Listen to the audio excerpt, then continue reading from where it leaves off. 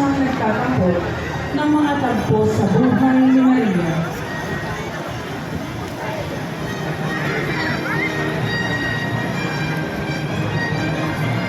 Ng Bagbaging Santa Maria, Bulacan, Santa Ana at Niña Maria, Ipanalangin mo kami.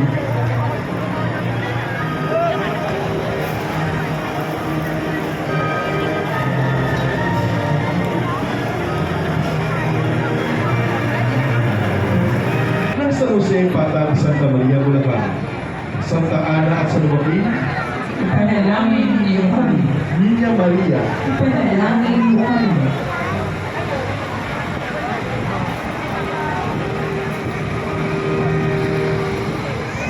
La presentación de Maria. Ayon sa Ebanghelyo ni San Lucas, nang si Jesus ay dinala ni Maria at Jose sa templo upang ihandog, isang propesiya ang iniwan ni Simeon kay Maria. Tandaan mo, ang batang ito'y nakatalaga sa ikapapahamak o ikalilig ni Ginoong Melvin Rojas ng Santa Clara, Santa Maria, Bulacan. Siete Dolores de Maria, ipanalangin mo kami.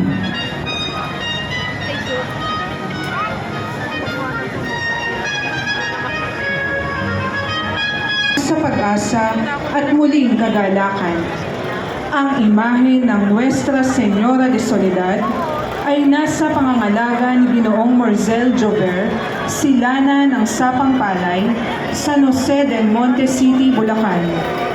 Nuestra Señora de Soledad. ang imahe ng Nuestra Señora de Alegría ay nasa pangangalaga ng Pamilya Glorioso ng Santa Cruz Village, Santa Maria, Bulacan. Nuestra Señora de Alegría Encuentro. ipanalangin mo kami. Saksihan po natin ang mga karosang nagtatampo ng ligdala ng mahal na Birheng Maria at paggabay niya sa mga Kristiyano. Ang Stella Maris ay patrona at pintapasi ng mga manlalakbay at nagtatrabaho. At luwalhati.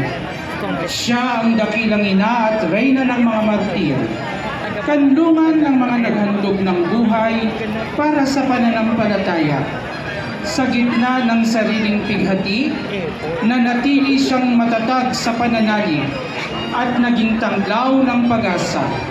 Siya ang ina sa paanan ng krus na ang luhay naging perlas ng pag-asa para sa sangkatauhan. Ang imahe ng Nuestra Señora Reina de los Martires ay nasa pangangalaga ni Ginoong Jeremy Castillo at pamilya ng Catmon, Santa Maria, Bulacan, at inagapayanan ng Komisyon ng Kabataan ng Parokya ng Banal na Mag-anak ng Catmon at Ika ni San Antonio de Padua, dito sa mundong ito na ang mahal na Birhen ay mahirap at hindi kilala, ngunit sa langit siya ay dakila, marikit na reyna ng mga anghel. Ang imahe ng Nuestra Señora de los Angeles ay nasa pangangalaga ng Nuestra Señora del Santísimo Rosario de Fatima. ipanalangin mo kami.